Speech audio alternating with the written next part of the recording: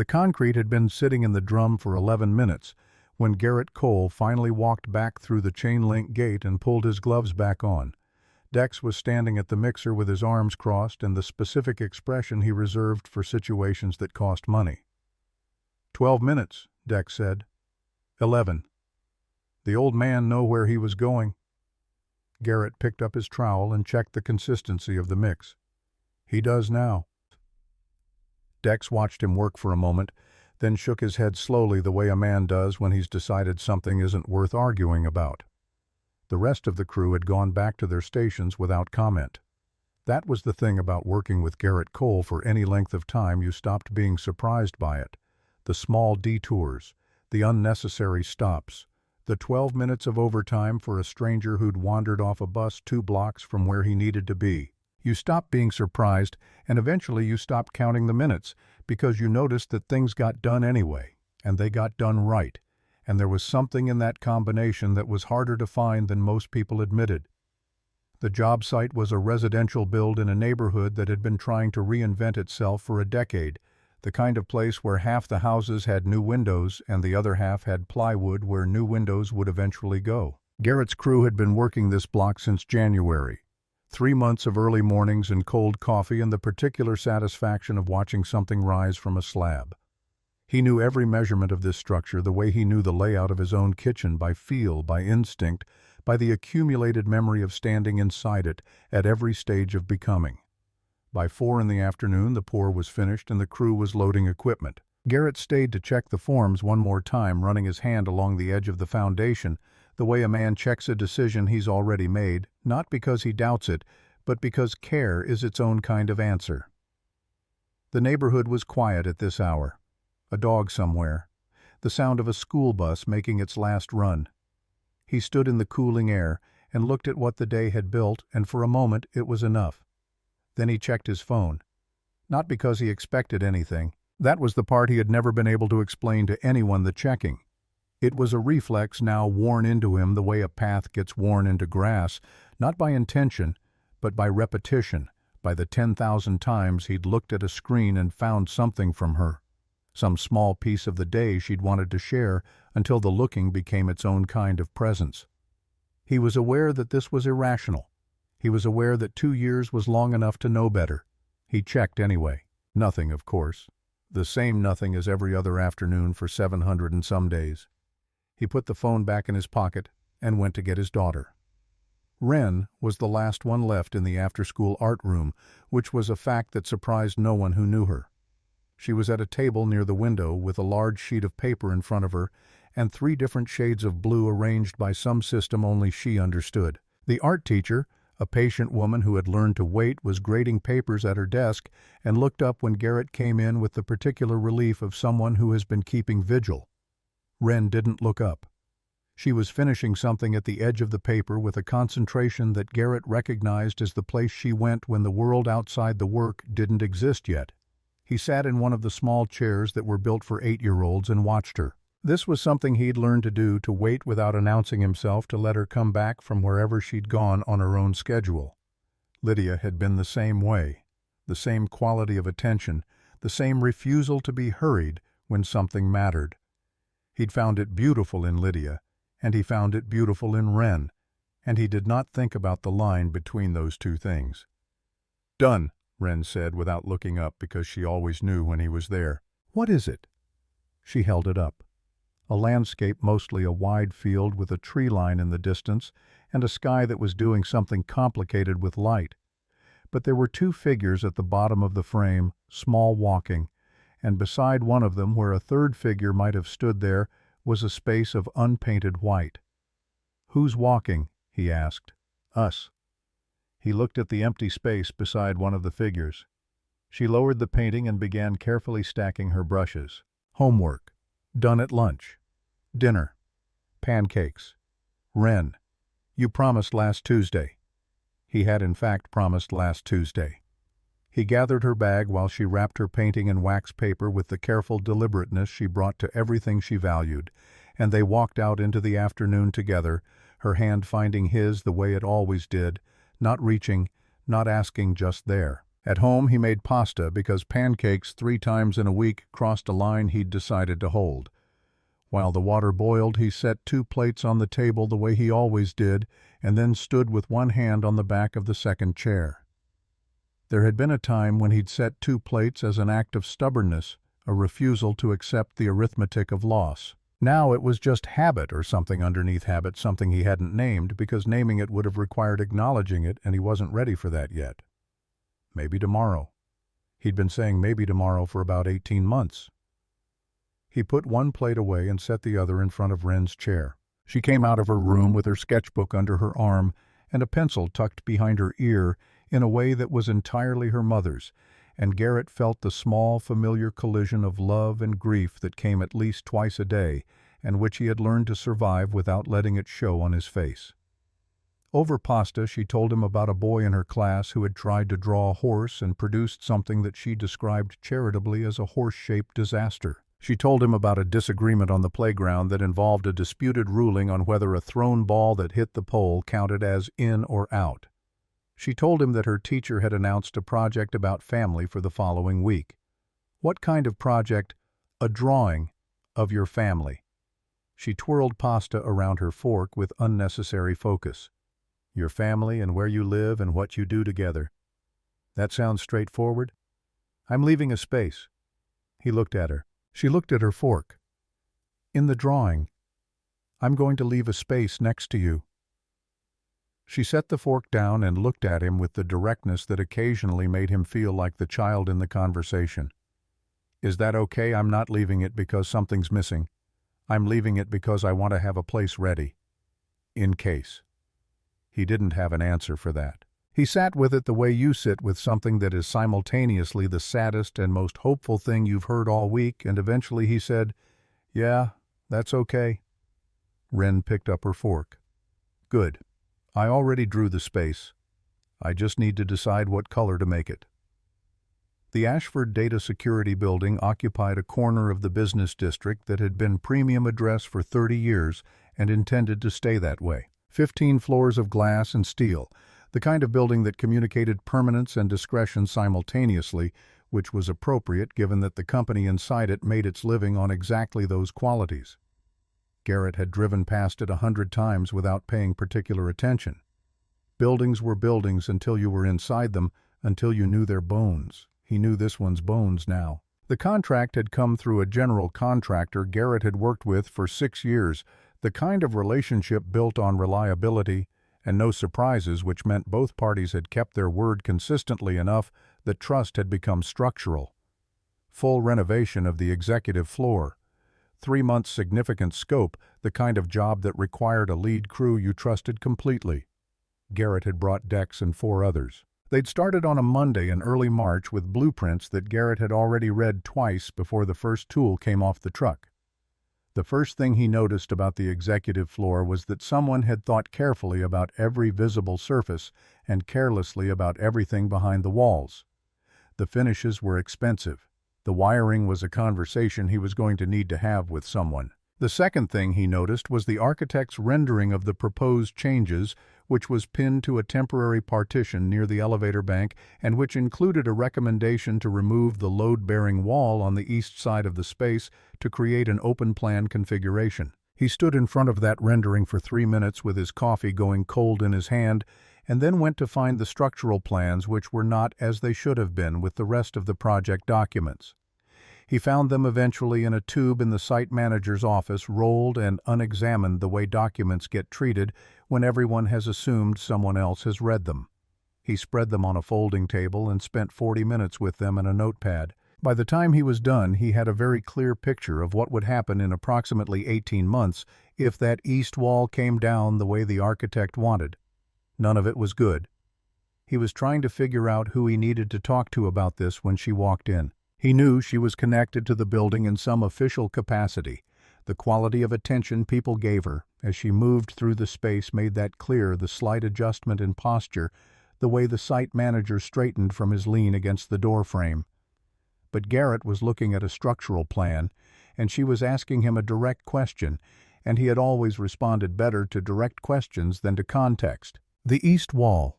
she said, standing at the edge of the table where the plans were spread, looking at them with the focused intelligence of someone who understood that she was looking at something important without yet knowing why. The architect's recommendation is to remove it. Why are you looking at the structural drawings like they've done something wrong? Because they have, Garrett said. He turned the drawing so she could see the relevant section and pointed to the load transfer notation in the margin. The wall the architect wants to remove is carrying 17% of the load from the floor above. The architect's plan reassigns that load to 2 steel columns at the room's perimeter. In theory, that works. In practice, the foundation on the east side of this building was poured in 1987 to a specification that didn't anticipate that kind of point load. You make this change, you'll see hairline cracks in the slab within a year. Within 18 months, you're looking at a settlement issue that costs 4 times what this renovation costs to fix. He paused. The architect either didn't look at the original foundation specs or didn't understand what they were looking at. She was quiet for a moment, looking at the drawing. Then, "Do you have documentation of the original foundation spec?" "Right here." He indicated the relevant page. She looked at it for 10 seconds. Then she took out her phone and made a call. The conversation was brief and unambiguous. When she ended it, she said, "The east wall stays. I'll have the architect revise the plan." She rolled the drawings back and looked at him. "Thank you. It's what I'm here for." She left. He went back to work. It was only when Dex appeared at his elbow 20 minutes later with an expression that combined admiration and mild alarm that he understood who he'd been talking to. "That was Sloane Ashford," Dex said. Garrett considered this. "She asked a good question. She's the CEO, Garrett. She owns this building." "I know who owns buildings." He picked up his level. "She still asked a good question." Dex looked at him for a long moment. "You know what your problem is? Enlighten me." "You treat everybody the same." "Is that a problem?" Dex thought about it. "Not usually," he admitted, and went back to work. The coffee appeared on a Wednesday in the 3rd week. Garrett had mentioned the dark roast in passing during a conversation that had lasted maybe 4 minutes. A conversation about whether the building's original HVAC installation was worth salvaging, which had somehow turned briefly into a conversation about the coffee shop 3 blocks north that did the only decent pour-over in the district, which had then returned to HVAC because there was work to be done. He had not expected anyone to remember. He had not expected anything. He found the cup on top of his toolbox at 7:45 in the morning with a small note card underneath it that said only the name of the shop and nothing else. He stood there with it for a moment, working out the logistics she would have had to go 3 blocks out of her way before 8 in the morning on a day that, based on the calendar he'd seen posted in the executive suite, included a 7 o'clock call with an East Coast vendor. He drank it. It was exactly right. Dex noticed the cup at 9, noticed the shop name on the sleeve, looked at Garrett. Didn't say anything, which for Dex required visible effort. That evening Garrett made pasta again, and this time he set only 1 plate from the beginning and stood in the kitchen listening to Wren explain the structural flaws in a classmate's sandcastle as documented during recess. And he thought about a woman who had gone 3 blocks out of her way before 8 in the morning. And he thought about the structural plans spread on a folding table, and he thought about the particular quality of attention she'd brought to a load-bearing wall. And he stopped thinking about it because it was not a productive line of thought. "Bo," Wren said. "Yeah." "You're doing the thing." "What thing?" "The staring at the counter thing, where you're thinking about something but you don't want to think about it." He looked at his daughter, who was 8 years old and had inherited, along with her mother's hands and her mother's way of holding a brush, her mother's complete inability to pretend not to notice what was directly in front of her. "Eat your pasta," he said. Wren ate her pasta with the satisfied expression of someone who has made their point. The following Saturday the school closed for maintenance and Garrett brought Wren to the job site.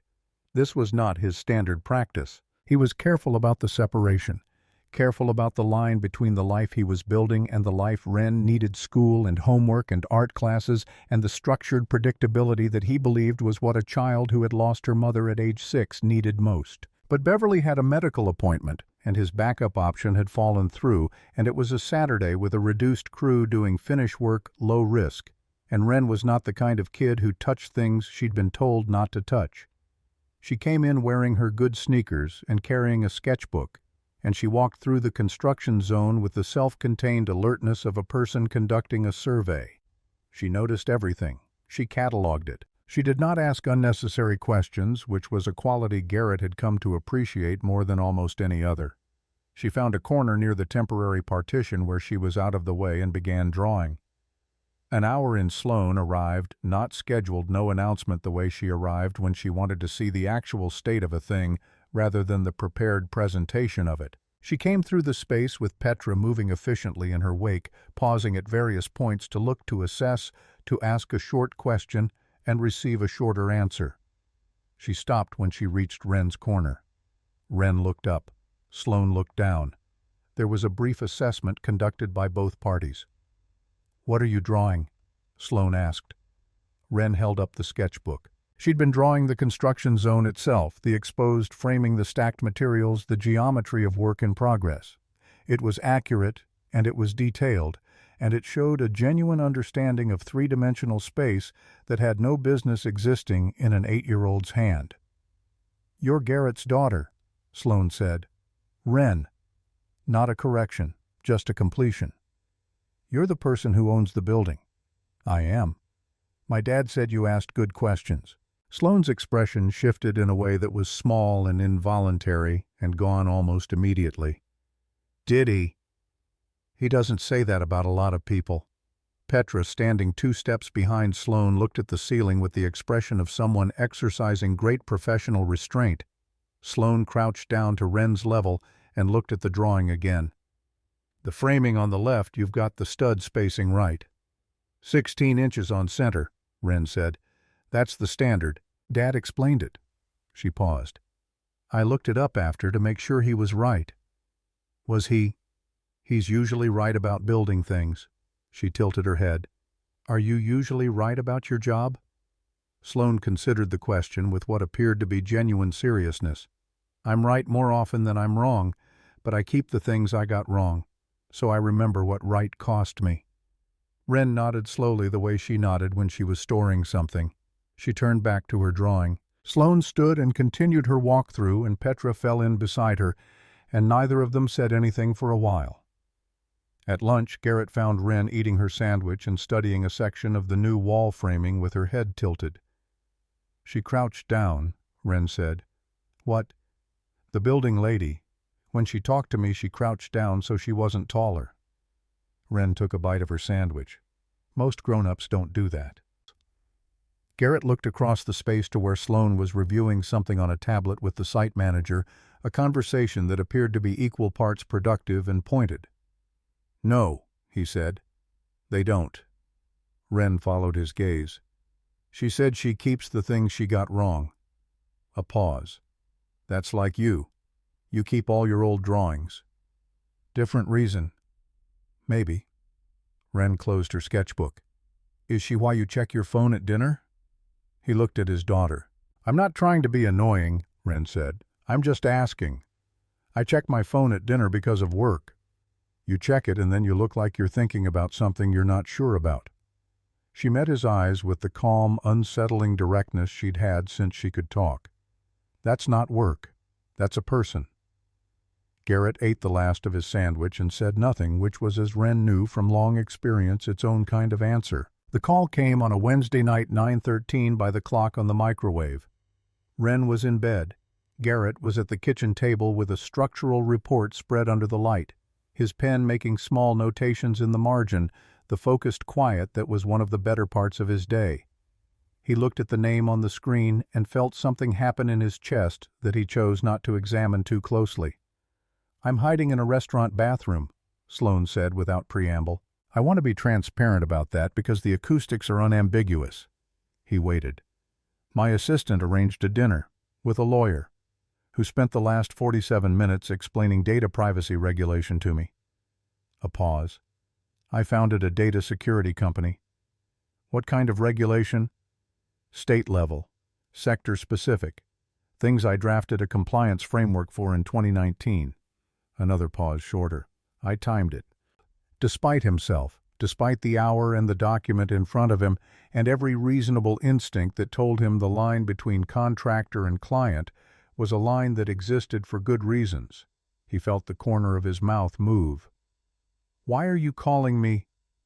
The question was direct enough that it required a real answer, and she seemed to know it because she was quiet for a moment in a way that was different from her professional pauses. "Because you're the only person I talk to who doesn't want anything from me." Then quickly, "That sounded worse than I meant it." It sounded like the truth. Most true things do. He could hear her lean against something, the particular quality of a sigh that comes from the shoulders, not the lungs. "There's a coffee place on Aldermere Street. I drove past it once and it looked like the kind of place that's open late." He thought about the structural report. He thought about the 11 minutes of concrete and Dex's face. He thought about Wren saying that's a person with the calm certainty of someone who has already finished the equation. "I'll be there at 9:30, he said. "Give me a few minutes to let the neighbor know." She didn't thank him. She just said, "Okay," like it was already decided and always had been. He almost didn't bring the drawings. He'd been reviewing the HVAC schematics for 2 days, a growing unease about a section of the rooftop unit installation that didn't match the load calculations he'd been given. It wasn't urgent, not yet. But Garrett Cole did not sit on things that weren't urgent yet because he had seen enough projects where not yet became too late in the space of a weekend, and so he rolled the relevant section of the plans, tucked them under his arm, and drove to Aldermere Street. The coffee shop was the kind of place that had decided brick walls and mismatched chairs were sufficient aesthetic and was correct about this. It was 3/4 full of graduate students and people with laptops, and at least one individual who appeared to be writing something very long by hand. He found her in the back corner, a laptop open in front of her but the screen dark, her hands wrapped around a mug she wasn't drinking from. She'd changed since the restaurant. The professional architecture of her daytime appearance, the deliberate, composed presentation of someone who understood that how you entered a room preceded everything else, had been replaced by something simpler. Dark sweater, hair down, the kind of clothing that says this is what I actually look like rather than this is who you'll be dealing with. She looked, he thought, like a person who was tired in the good way, the way that comes from actually doing hard things rather than performing them. She looked at the rolled drawings under his arm. "Please tell me that's not bad news." "It's a concern." He sat across from her and spread the relevant section on the table between their cups. "The rooftop HVAC installation doesn't match the load calculations by about 12%. It's within tolerance right now, but this summer running at full capacity. How much time do I have before it becomes a problem?" 3 months. 4 if we're lucky with the weather. He pointed to the junction in question. "The fix is straightforward. I wanted you to know before the general contractor did, because these conversations go better when the owner already understands the issue." She looked at the plan. Not the way clients usually looked at plans, politely waiting for the professional to translate, but with the particular forward attention of someone actually reading. "The load differential," she said. "Is it the installation or the spec installation? The spec is fine.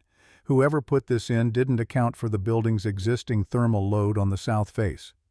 So it's a contractor error. It's a fixable contractor error."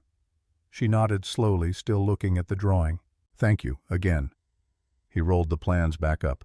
She finally drank her coffee. Outside the street held its late evening quiet, the particular stillness of a city after the commuters have gone and before the bars have filled the hour that belongs to people who have nowhere to be and have chosen to be here anyway. "Can I ask you something?" she said. "Go ahead." "Why do you keep old drawings?"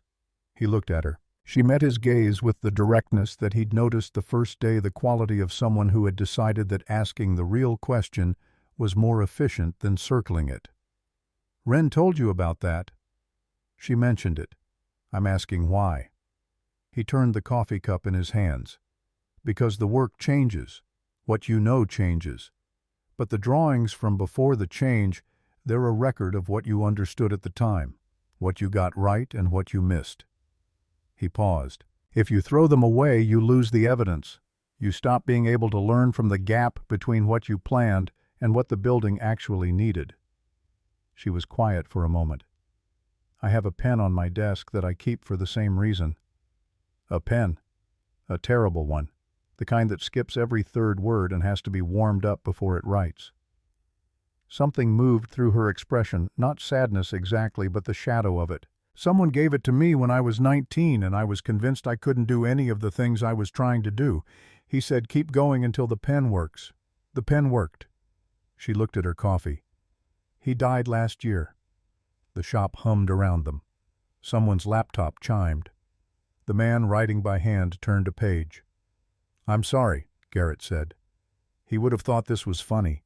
Me in a bathroom hiding from a lawyer. The corner of her mouth turned. He thought most things were funny. He had a very long view.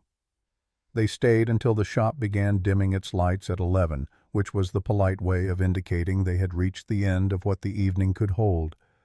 On the sidewalk the air was cool and carried the particular smell of an early spring night, the smell of ground thawing and something beginning. She looked at the rolled drawings under his arm. You could have emailed me about the HVAC. I could have. A pause brief waited. 9:30 works, she said. If this happens again. I know a few other concerns I've been sitting on. She smiled at that, a real one, the kind that starts at the eyes and arrives at the mouth second. Of course you do. She took a step toward the parking structure. Good night, Garrett. Good night. He stood on the sidewalk until her taillights had made the turn at the end of the block.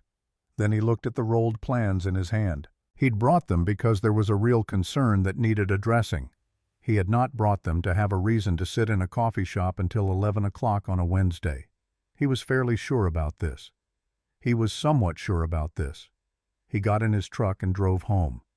Wren was asleep, her sketchbook closed on the nightstand and her hands loose on the blanket the way hands get when the body has completely let go. He stood in her doorway for a long moment, the way he did every night, the habit of it, this confirmation, this proof. Then he went to the kitchen and opened his phone. Her message was already there, sent 2 minutes after they'd said goodnight. HVAC report on my desk by Friday. He typed back. It'll be there Thursday. Then after a moment, drive safe. 3 dots appeared. Disappeared. Appeared again. You too. He set the phone face down on the counter and looked at the structural report still spread on the kitchen table. The notations in the margin in his own handwriting, the small clear marks of a man trying to understand exactly what was holding things up. He went to bed. He did not sleep particularly well. In the morning, Wren came to breakfast and looked at him across the cereal and said with the casual precision of someone reporting a weather observation, "You have the face." "What face?" "The one you used to have when you were happy and didn't know it yet." She poured her orange juice.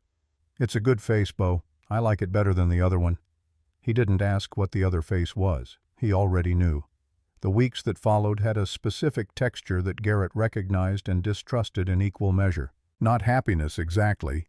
He'd been careful with that word since the year Lydia got her diagnosis, since he'd learned that happiness was the kind of structural element you didn't notice until it was no longer there. This was something quieter, a realignment.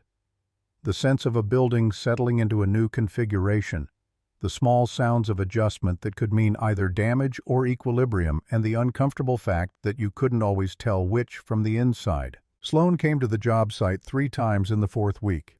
Each visit had a legitimate reason attached to it: material samples for the executive suite's acoustic panels, a question about the revised HVAC timeline, a walkthrough with the general contractor that she could have conducted without stopping where Garrett was working, but didn't. He noticed the visits the way you notice weather. You don't decide to notice weather, it's just there. What he noticed more was the quality of her attention when she stopped. She didn't perform interest the way people in her position sometimes did the performance, being a form of management, a way of making workers feel seen without the inconvenience of actually seeing them. She looked at what he was doing, and she understood enough of it to ask questions that weren't rhetorical, and when he answered, she absorbed the answer rather than waiting for it to end. He had worked in and around enough corporate spaces to know how rare this was. He had worked with enough people to know it wasn't something you could fake for 3 weeks running. Thursday of the 4th week, she brought coffee for the entire crew. He hadn't expected it, and it landed differently than the single cup had. A single cup was a signal. Coffee for 6 people was a statement or the attempt at one, and he watched her talk to Marcus, one of his Finnish carpenters, a man who had worked construction for 22 years and held strong opinions about people who worked in glass offices, and he watched Marcus's arms uncross over the course of about 4 minutes, which was faster than most people managed in 4 months. She asked about my knee. Marcus told him afterward with an expression that said he was reporting this neutrally and drawing no conclusions whatsoever. Your knee. The one I did last winter on the Kellerman job. She noticed I was favoring it on the scaffold. He drank his coffee. She asked if the company's site insurance covered physical therapy. Then she texted Petra from the floor to confirm the answer before she told me yes. Garrett looked across the space to where Sloane was reviewing something with the general contractor, her back to them, one hand moving in the quick, illustrative gesture she used when making a structural point. She was thorough. She was interested, Marcus said, which was a distinction he was drawing deliberately, and Garrett heard it and chose not to respond to it, which was its own kind of response. Beverly had a key to the house and used it on Thursdays when she picked up Wren from school. Garrett usually came home to find them at the kitchen table, Beverly helping with homework, Wren explaining why her approach was superior to the textbook's approach, a negotiation that Beverly had learned to manage with the particular patience of someone who recognized the arguing style from a previous generation. That Thursday he came home to find Beverly alone in the kitchen, Wren having retreated to her room after finishing her work.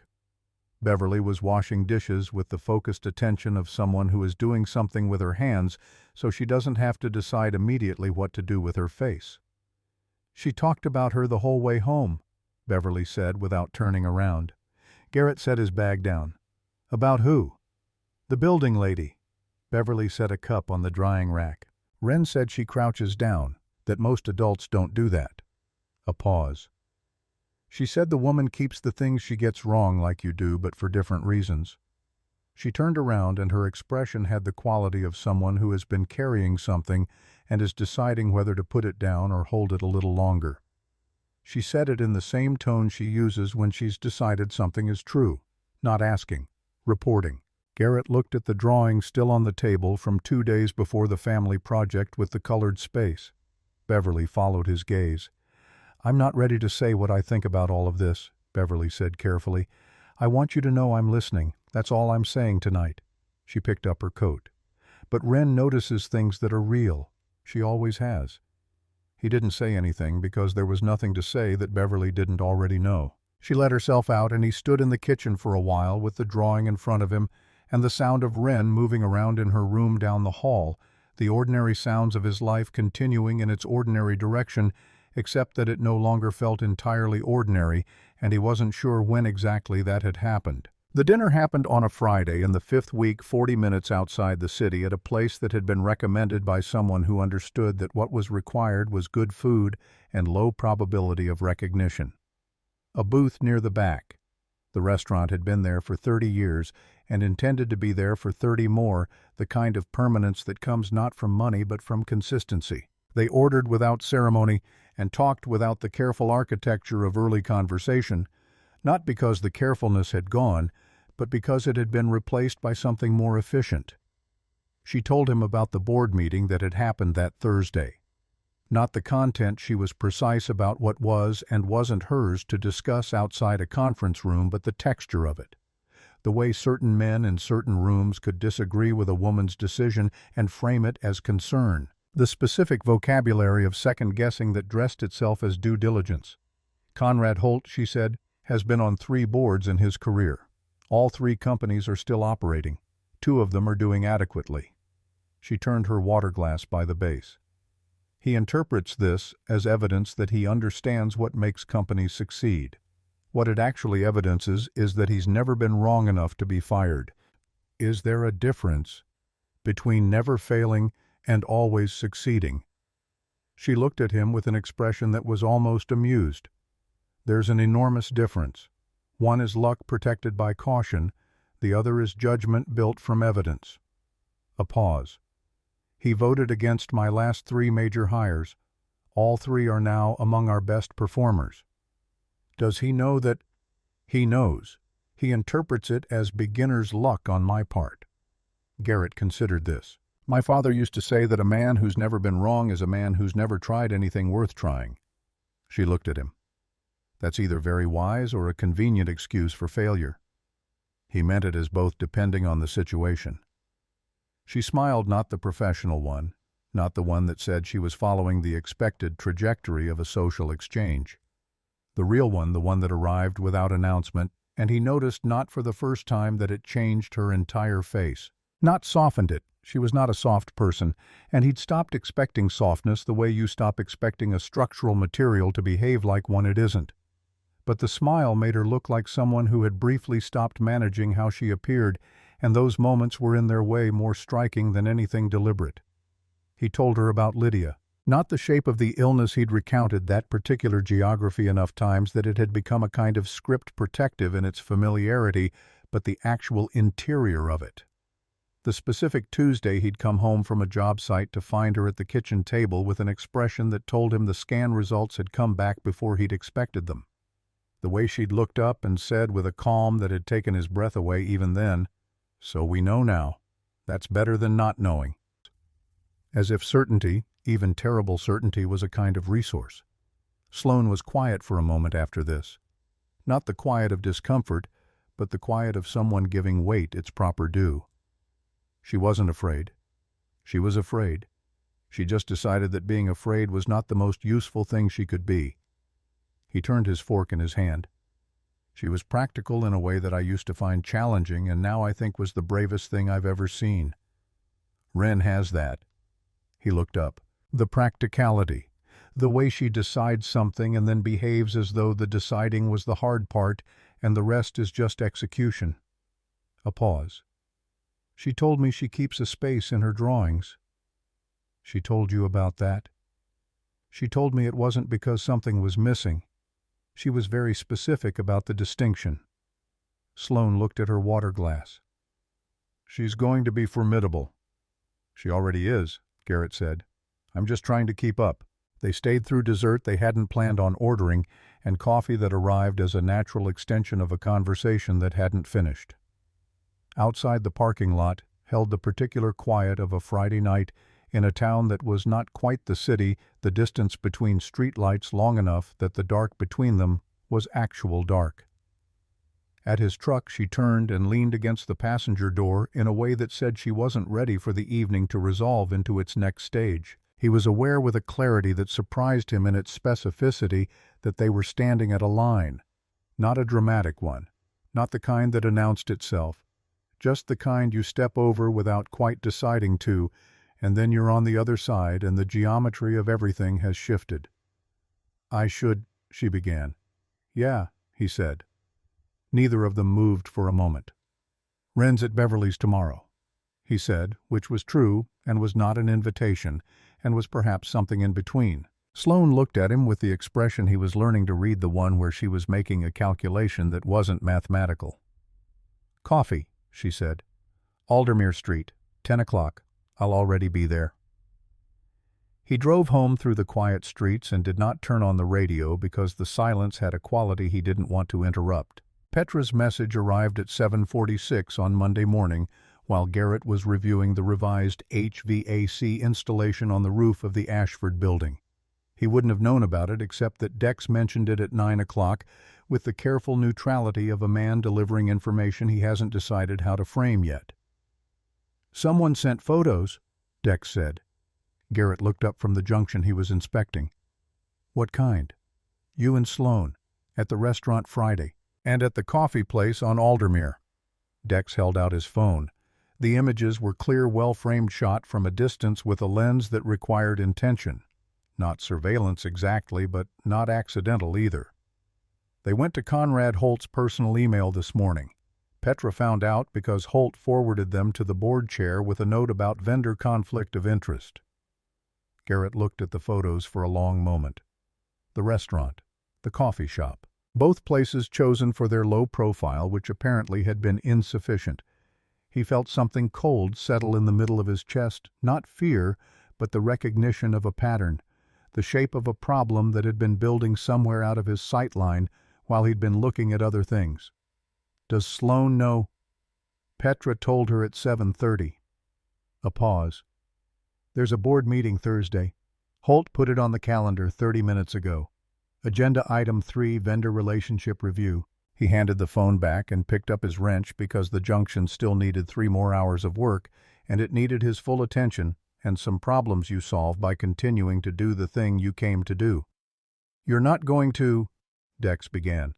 I'm going to finish this installation, Garrett said, because it's what I came here to do.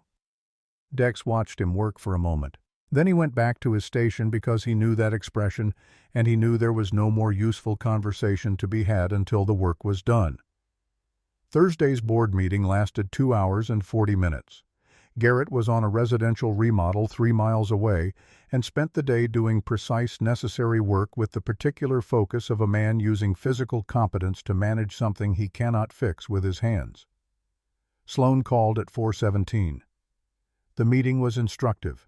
Her voice had the quality of controlled temperature. The heat was there, the discipline was holding it. Holt presented the photos. He framed the concern as fiduciary. He used the phrase, appearance of impropriety 4 times in 7 minutes, which I know because I counted. What did you say? I said that my company's vendor selections are based on competence, reliability, and evidence of professional judgment. I said that the contractor in question identified 2 separate structural issues in this renovation that would have cost significantly more than his contract to repair after the fact. I said that if the board wishes to establish a policy prohibiting the CEO from sharing a table with a vendor in a public place, they are welcome to draft that policy and present it at the next scheduled meeting. A pause. Holt said the issue was the appearance. What did you say to that? I said that the appearance was 2 professionals in a public restaurant and that anyone who found that problematic was welcome to tell me directly on record what specifically they believed had been compromised. The controlled temperature was holding but just. No one said anything on record. Holt said he was simply raising a concern. The board moved to the next agenda item. Garrett leaned against his truck in the emptying parking lot watching the sky go toward evening. He'll try again. I know. This isn't over for him. I know that too. A silence not empty but full of something she was deciding whether to say. I wanted you to hear it from me, not from Dex's information network, which for the record I am aware of. Despite everything, he felt something ease slightly in his chest. How long have you known about the information network? Since week 2. Petra finds it efficient. A pause that was almost a smile. Are you all right? The question landed in a place he hadn't armored. Not because he wasn't all right, he was in the deep structure way, but because she'd asked it first before the strategic implications, or the professional fallout, or any of the things that someone in her position had more immediate reason to address. I'm fine, he said. Then, are you? I'm angry, but anger is useful if you know what to do with it. Another pause. I'll see you Thursday. He stood in the evening for a while after she hung up, listening to a neighborhood resuming its routines around him. Doors, voices, the sound of something being cooked somewhere nearby, and he thought that anger being useful was about the most Sloane Ashford thing he'd ever heard, and he thought that he was considerably deeper into this than he had intended, and that the intention had stopped being the relevant variable some time ago. The drawing was on the kitchen table when he got home. Wren had been at school and Beverly had picked her up, and the drawing was on the table with the rest of Wren's bag in its usual dispersal pattern. He noticed the drawing because it was separate, not tucked in the bag, but placed deliberately face up. It was the family project. The finished version because the paper had the quality of something completed and considered. He and Wren were there, rendered in the direct, confident lines she used for things she knew well. And in the space beside his figure, the space she'd kept and promised to keep, there was now color. Not a figure, just color. A specific shade of blue he recognized as one of the 3 she'd arranged by her private system in the after-school art room. He stood at the table for a long time. Beverly came out of the kitchen with 2 cups of coffee, stopped when she saw his face and looked at the drawing. She set both cups down without speaking. "She did that this afternoon," Beverly said finally. "After school, she sat at this table for 20 minutes before she put any color down." A pause. "I watched her do it. She wasn't uncertain, she was just being careful. Like it mattered how she did it, not whether." He pulled out a chair and sat. The color in the space was not a representation of a person. It was a representation of a possibility, a held open place that had been given form without being given definition. "Beverly," he looked up. "She asked me weeks ago if it was okay to leave the space. She said she wasn't leaving it because something was missing. She said she wanted to have a place ready." Beverly looked at him for a long moment. She sat across from him and wrapped her hands around her cup. Lydia was practical. She didn't pretend things were different than they were, and she didn't pretend the future was fixed. She looked at the drawing. "She told me once near the end that the only thing she was afraid of was you sitting still for so long that you forgot how to move." He looked at the drawing. She said it twice. The second time she asked me to promise to tell you, and I've been waiting for the right moment." Beverly stood. "I think the right moment just walked through the door." After Beverly left, he called Sloan. Not about the board meeting, not about Holt, not about any of the professional infrastructure that surrounded them. He called because Wren had colored the space and Beverly had told him about Lydia's fear, and he was sitting in the kitchen with the kind of clarity that comes from the accumulation of enough evidence that the only honest response is to stop pretending you haven't seen it. "I need to tell you something," he said. She waited. "The space Wren keeps in her drawings. She put color in it today. The family project. She colored it with one of the blues." A silence on her end.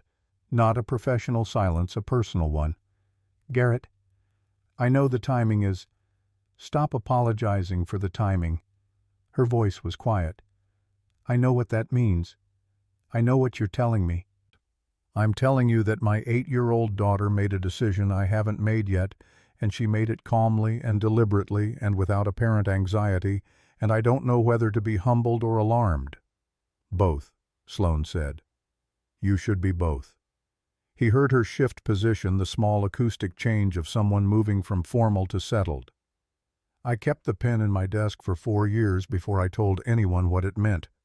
Not because I was ashamed of it, because some things are weight-bearing and you don't move them until you understand the load. And now I think some things are weight-bearing in the other direction. You don't move them, and eventually the load they're carrying crushes what's underneath." He turned his coffee cup in his hands. "I don't know how to do this. The last time I knew how to do this, I was 26 years old, and I met Lydia in a structural engineering lecture, and she told me my load calculations were wrong." "Were they?" "Yes." "Good," Sloan said. "I would have been disappointed otherwise." A pause that held something warm in it. "We'll figure it out as we go. You build things that last by solving the next problem, not all the problems at once." He stayed on the phone with her until midnight, not always talking, sometimes just the shared quiet of 2 people who had decided that this particular silence was comfortable enough to inhabit together. When they finally said good night, he sat for a while longer in the kitchen looking at Wren's drawing still on the table. The blue in the empty space was not a commitment, it was not a promise.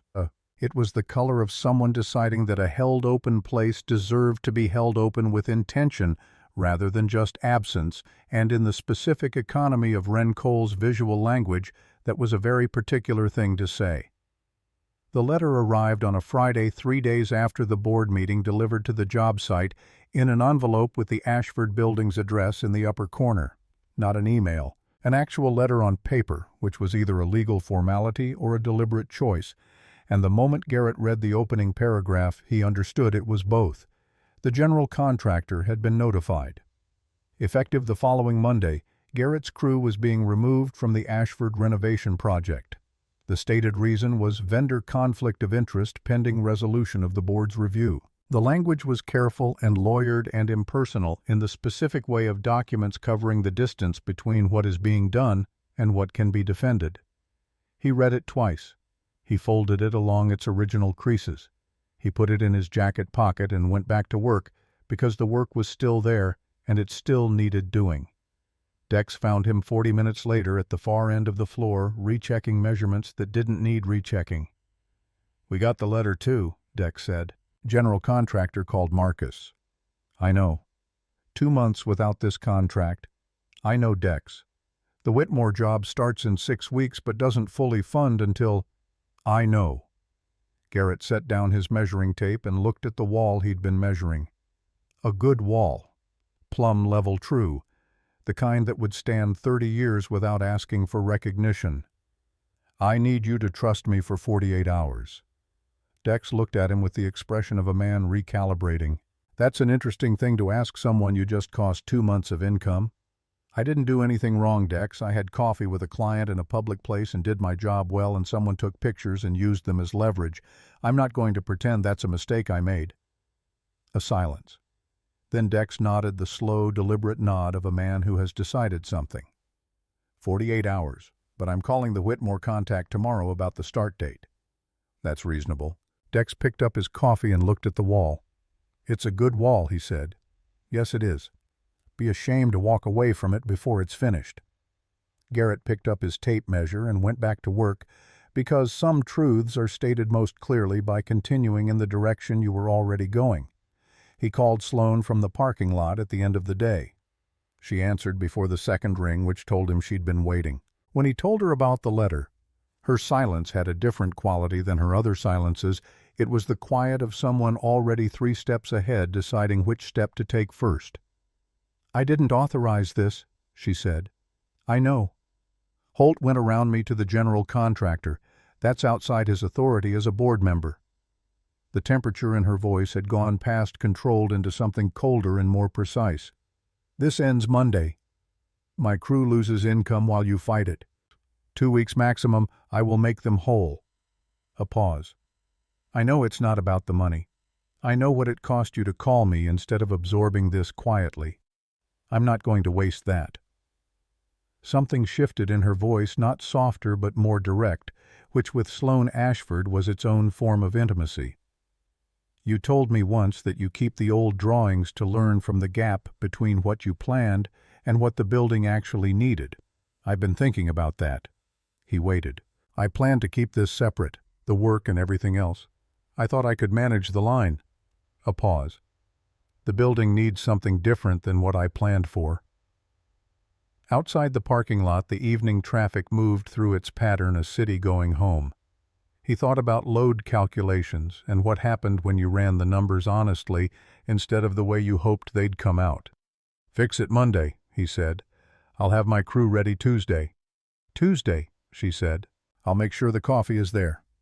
Petra called him the following Thursday afternoon, not Sloane Petra directly, which was unusual enough to get his full attention. Her voice had the measured quality of someone who has decided to say something and is being precise about how. "She's not going to tell you this herself," Petra said, "because she'll frame it as a business decision, and it was not entirely a business decision, and I think you should know the part that wasn't." He pulled over. "Wren's art show is Saturday at 2, the community center on Delwood." A pause. Sloane had a commitment Saturday, an investor meeting Series B, 11 weeks on the calendar. She rescheduled it this morning. She didn't tell you because she knew you'd say the meeting was more important, and she'd already decided it wasn't, and she didn't want the argument."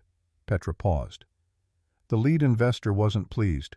Rescheduling at this stage costs leverage. It's not catastrophic, but it's real.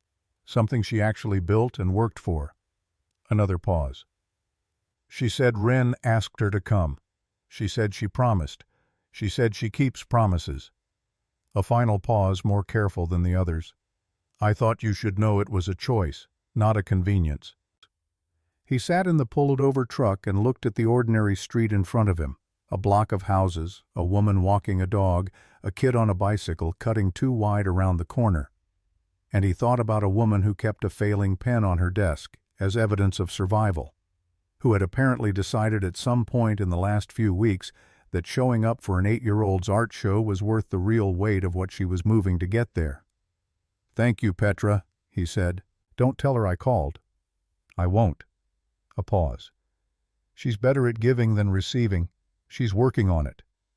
He drove home and did not tell Wren what Petra had told him because some things are more powerful when they arrive in their own time and their own form, without the weight of prior knowledge shaping the moment. Wren was at the kitchen table when he came in, her sketchbook open to something new, a composition he hadn't seen before. She looked at his face with the quick, accurate reading she'd been doing since she could talk. "Bad day?" she asked. "Complicated day." She returned to her sketchbook. Complicated usually means something changed. "Something changed," he agreed. "Is it the good kind or the bad kind?" He sat across from her and looked at the drawing she was working on, more figures than usual, a composition still taking shape. The kind that has to be complicated before it can be good. Wren nodded with the seriousness of someone who has already understood this principle and is mildly surprised it took the adults this long to arrive at it. "Those are usually the best kind," she said. "Eventually." He looked at the figures on her page, the deliberate construction of a scene that existed first in her mind and was working its way line by careful line into the world. "Yeah," he said, "eventually." Outside the neighborhood held its evening sounds, the particular rhythm of people and houses settling into the last hours of a Thursday, ordinary and unannounced, the kind of night that doesn't know yet that it's the last ordinary night before something shifts. Inside, his daughter drew, and he watched her draw, and the house around them held all the weight of what had been and all the unbuilt space of what was still to come. Conrad Holt chose a Tuesday morning for the meeting, which told Garrett something about the man before a word was spoken. Monday would have been aggressive. Wednesday would have suggested uncertainty. Tuesday was the choice of someone who had calculated the approach, who wanted the target rested enough to be clear-headed, but not yet settled into the week's rhythm. It was the scheduling instinct of a man who had spent decades in rooms where timing was a form of pressure. He was waiting outside the Whitmore job site perimeter in a suit that cost more than a month of crew payroll, with the particular stillness of someone who has decided that patience communicates authority. Garrett saw him from the truck before he parked. He read the posture the way he read a structure weight distribution, points of tension where the load was actually sitting versus where it appeared to be. Then he got out and walked over because there was no version of this that improved with delay. The handshake was firm and brief. They walked toward the quieter end of the fence line without discussing it the way two people walk when they both understand that what's about to be said requires distance from witnesses. "I'm going to be direct," Holt said. "I find it more efficient." "I appreciate that. What I'm offering is straightforward. A 3-year contract for your crew through our preferred vendor network, guaranteed minimum hours benefits. Eligible the kind of volume most independent operations spend a decade trying to access." He paused. "Additionally, a personal consulting payment, one time, for the structural advisory work on the Ashford renovation specifically." He named the number. Garrett kept his eyes on the fence line. The number was real, not inflated for drama, not insultingly low. Calibrated the number of a man who had done research, who knew approximately what Garrett's operation cost to run, what his debt service looked like, what Wren's school and art classes cost, how long the gap between contracts would actually hurt. It was the size of a genuine problem solved, which made it more dangerous than if it had been an obvious insult. He stood with all of it honestly, the way he stood with a structural problem, not looking for the answer he wanted, but for the answer that was actually there. He thought about Dex. He thought about Marcus's knee. He thought about the specific arithmetic of a life that ran on precision because there was no margin for otherwise. "In exchange," Holt said, "you end the personal relationship with Ms. Ashford quietly. You tell her the pressure is too much, that the professional complications are more than you anticipated. Whatever framing feels honest to you." A pause that was almost generous. "She's a practical woman. She'll understand. This doesn't have to be adversarial, Mr. Cole. It can simply be two adults making sensible choices about what's realistic." The morning moved around them. Behind the fence, Garrett's crew was unloading equipment for a day of work that needed doing. He thought about Wren's drawing on the kitchen table, the blue in the space she'd kept open. He thought about Beverly's voice saying, "I know what I promised Lydia." He thought about a Tuesday in a hospital room holding his wife's hand while she looked at him with complete clarity and said, "The only thing I'm afraid of is you making yourself small to survive this." He hadn't understood what she meant then. He understood it now with the particular precision of a man who has finally run the right calculation. "Mr. Holt," he turned to face him directly, "can I ask you something?" Holt waited. "You've been on 3 boards. You've watched companies succeed and fail and everything in between. You've been in a lot of rooms where people made decisions they knew were wrong while they were making them." He paused. "Not wrong in retrospect. Wrong in the moment. And they made them anyway because the alternative required more from them than they had available." He held Holt's gaze. "I did that once. My wife was sick and I understood the prognosis before the doctor said it out loud, and I spent 3 weeks not telling her what I already knew because I told myself I was protecting her. I wasn't. I was protecting myself from having to be present for the hardest part." He paused. "She found out from the doctor. She looked at me and didn't say anything. That silence cost me more than anything else in my life." Something moved through Holt's expression. Brief, involuntary, the specific flicker of a man who has just heard the question he actually carries. Not guilt exactly. Recognition. The kind that surfaces when someone describes a room you've also been in. "I'm not going to take the offer," Garrett said, "and I'm going to tell Sloan about this conversation. All of it, including the number. I want you to know that before I walk away so it's not a surprise." Holt was still for a moment. Then quietly, with something that was not quite an apology but was in the same neighborhood, "You're either very principled or very foolish, Mr. Cole." "My wife used to say those were the same thing," Garrett said, "depending on the outcome." He walked back through the gate and went to work because the work was there and it was real and it was his, and some lines you do not let someone else draw for you. And the cost of holding that position was something he had already calculated and accepted before he'd gotten out of the truck. He called Sloan at 4:15 on the drive to pick up Wren and told her everything without editing. The offer, the number, the framing, the implication that she was practical enough to understand a sensible exit. He told it the way he read a structural report, not performing alarm, not minimizing, just the sequence of facts in the order they occurred. When he finished, she was quiet for 7 seconds. He counted. "He named a specific number," she said. "Yes." "Which means he researched you." The temperature in her voice had gone past controlled into something colder and more precise. "This wasn't improvised. He's been planning this since the board meeting at minimum." "That was my read." "Garrett." Her voice shifted, not softer but more direct, which with Sloan was its own form of closeness. "The fact that you called me first before Dex, before anyone else, I need you to know what that means. I told him I would. I wanted you to hear it from me." "I know, that's not entirely what I mean." A pause with something underneath it. "I'll handle Holt. But I want you to understand something first. You could have absorbed this quietly. You could have weighed the professional implications and decided the cleanest path was to let it disappear. Most people would have." She paused. "You called because I deserve to know. Not as strategy, not as evidence, because it happened, and it involved me, and you thought I deserved the truth of it." He pulled into the school parking lot and sat with the engine running. "You did deserve to know." "Yes," she said. "I did, and you knew that without being told." A pause. "Give me 48 hours." She needed 36. Thursday morning at 8:47. "Your crew is reinstated. Written apology from the board is being drafted." Her voice had the quality of someone reporting a completed calculation. Holt abstained from the vote, which was the most he could manage without triggering a formal review of his conduct. I triggered the formal review anyway. On what grounds? Attempting to redirect vendor relationships outside board authority while simultaneously offering a personal payment to a contractor is a governance violation that requires documentation. A pause. Additionally, during the audit that his behavior gave me cause to conduct, I found evidence that Holt has been in discussions with our primary competitor about a sale of his equity position. That violates the shareholder agreement he signed. Garrett stood on the Whitmore site in the early morning watching his crew set up, feeling the particular clarity of a problem resolved through the application of truth rather than fortune.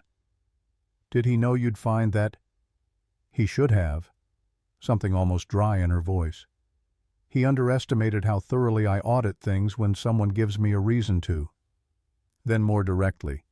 This was resolved because you told me the complete truth immediately. If you had absorbed it or taken the offer or simply weighed your options quietly, none of this comes to light. Your decision to call me is what made this possible. I want you to understand that the outcome came from your choice, not from anything I did independently. He thought about Lydia's voice. Carrying alone when you don't have to isn't strength.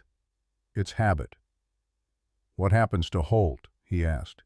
He'll resign. The alternative exposes everything and he knows it. A pause. He's not a bad man, Garrett. He's a frightened one. Those aren't the same thing, though they produce similar damage. He thought about the flicker in Holt's expression when he described the 3 weeks he'd spent not telling Lydia what he knew. Recognition, not contempt. A man who had been in a version of that room himself. No, he said. They're not the same thing. When Beverly came on a Wednesday evening with a foil-covered dish and the particular purposefulness of someone who has been working up to something and has finally arrived at the moment. Wren greeted her with full-body enthusiasm and disappeared to finish homework, and Beverly set the dish on the counter and turned to face Garrett with Lydia's eyes. The quality in them, not the color, the depth that comes from having looked at hard things, and continued. I owe you an honest conversation, she said. Not a kind one, an honest one. He sat. She sat across from him. When I look at Sloane Ashford, I see someone capable and certain and in constant forward motion. She folded her hands. And I got scared that you and Wren would become something she orbited around rather than something she was genuinely part of. I led with that fear instead of with what I actually know about you. A pause. I've been honoring the letter of what I promised Lydia without honoring the spirit of it, and she would have something pointed to say about that. Beverly, let me finish. She looked at her hands. I watched what happened with the board. I read about Holt's offer. I read about what you did when he made it. She looked up. Lydia chose you because you were the kind of man who couldn't be bought and couldn't be frightened into being smaller than you are. She knew that about you before you knew it about yourself. A pause. Sloane knows it too. I can see that she does. And I've been punishing her for arriving after the fact, which was never in her control and was never a fair thing to hold against her. He didn't say anything. Outside, Wren's voice carried faintly from her room the sound of a child explaining something to herself while she worked. Beverly reached into her bag and produced an envelope, plain white. His name on the front and handwriting he would have recognized in any context under any light after any amount of time. She wrote it during the 3rd week of the hospital, Beverly said. She made me promise to hold it until you found someone who scared you in the good way. She set it on the table between them. I've been holding on longer than I should have because I was afraid of what letting go of it meant. That was my fear, not her instruction. She stood. I'm going to say goodnight to Wren. He sat with the envelope for a long time after Beverly went down the hall. He heard the murmur of their voices, the specific music of grandmother and granddaughter, and then the front door, and then the house settled into its evening quiet. He opened the envelope standing at the kitchen counter under the overhead light because some things require you to stay upright while you receive them. 2 pages. Her handwriting, careful and fully formed the handwriting of someone writing with physical effort and choosing not to let it show. She wrote about Wren first, the specific mother's inventory of a child, understood completely what she hoped would stay and what she hoped would change. Then she wrote about him. You have always been better at taking care of buildings than yourself. You check the load calculations for everything except the things you're actually carrying. I need you to let someone help with the load, Garrett. Not because you can't carry it. You can. You've proven that beyond what I ever needed you to prove. But carrying alone when you don't have to isn't strength. It's habit. And some habits are just fear wearing a familiar coat. Whoever you are, if you're reading this, he chose you. That means he was brave enough to choose. Honor that by not making him carry it alone. He stood in the kitchen for a long time after he finished. The house held its sounds around him. The refrigerator, the foundation, the faint, even breath of Wren sleeping down the hall. The sound he confirmed every night like a man verifying that the structure was still sound. He folded the letter along its original creases. He put it back in the envelope. He held it for a while, feeling the weight of paper that was carrying more than paper could account for. Then he called Sloane. She answered quickly, the way she answered when she'd been thinking about whether he would call. He told her about Beverly. He told her about the envelope. He told her what Lydia had written, not all of it, but the part that needed to travel further than his kitchen. When he finished, she was quiet. Not the professional quiet, not the calculating quiet. The other kind. "I want you to have the letter," he said. "Not tonight, when you're ready. But I want you to read it because she wrote the second half of it for you, and it should reach the person it was meant for." A long pause. "Garrett." "She made room," he said. "She made it deliberately, and she asked Beverly to make sure I knew. I've been carrying that letter for 4 days, and I think it was always supposed to go further than my jacket pocket." The silence on her end had a texture. He was learning to read the silence of someone who gives everything away in how they don't speak rather than how they do. When she finally said something, it was very quiet. "I'll come by Saturday, before the art show. I'll be here." She arrived Saturday morning with the composed punctuality she brought to everything important, and he handed her the envelope at the kitchen table with both of them standing because the moment didn't call for making themselves comfortable. She held it the way you hold something whose weight arrives before you understand the source of it. She read it in the kitchen while he made coffee. He didn't watch her read. He listened to the sounds of the house and gave her the privacy of the page, and when she set it down on the table, he turned. Her expression had the quality of someone who has been in a great many rooms and negotiated a great many difficult things and is discovering in a kitchen on a Saturday morning that composure is not always the correct instrument for the moment in front of you. "She knew you completely," Sloane said. "Yes." She wrote. She stopped, pressed her fingers to the edge of the envelope. She wrote that you tend to take care of structures better than yourself. She wrote that carrying alone when you don't have to is habit, not strength. She looked at him steadily. She was describing something she loved about you and something she wanted fixed about you in the same sentence. She did that often. Sloane looked at the letter for another moment. Then she looked at him with the specific directness she reserved for things that mattered enough to say without architecture around them, "I'm going to honor what she asked. I want you to know that. Not as a promise I'm making to her, she's not here to hold me to it. As a promise I'm making to you. I'm not going to make you carry it alone." He crossed the kitchen and stood close enough that the distance between them was a decision, not a default. "I know," he said. "I've known for a while. I was just finishing the calculation. How does it come out?" "The same way it always did," he said. "I just stopped being afraid of the answer." He kissed her in the kitchen on a Saturday morning with the letter on the table between their coffee cups, and it was not a dramatic thing. It was the thing that happens when two people have been honest with each other long enough that the next true step becomes obvious. The community center on Delwood smelled like old gymnasium and fresh paint. Wren had been there since noon, adjusting the angle of her piece twice and the label card 3 times, which Garrett recognized as the behavior of someone who has done everything possible and is now at the mercy of what the work does on its own. Her piece was the largest she'd attempted, the family drawing from the school project, expanded over weeks into something more considered. The 2 figures rendered in her direct, confident line, and beside one of them, the space she had kept open and deliberate, still white, still waiting. She had not colored it. He understood looking at it that she was holding that decision for a reason she hadn't explained and didn't need to. At 2:06, Sloane came through the doors, still in the clothes of wherever she'd been that morning. Something professional, which meant she had cleared Saturday only partially, which meant she had cleared enough of it. She moved through this room with the focused attention of someone looking for a specific thing, and when she found Wren, she stopped. Wren walked toward her without hesitation. She took Sloane's hand and led her to the drawing without ceremony, the way she led people to things she considered important directly, without performance. They stood in front of it together. Garrett stayed across the room and watched because some things have an interior that collapses if you enter it too early. Sloane crouched down to Wren's level. They spoke. He couldn't hear it from across the room, and he didn't need to.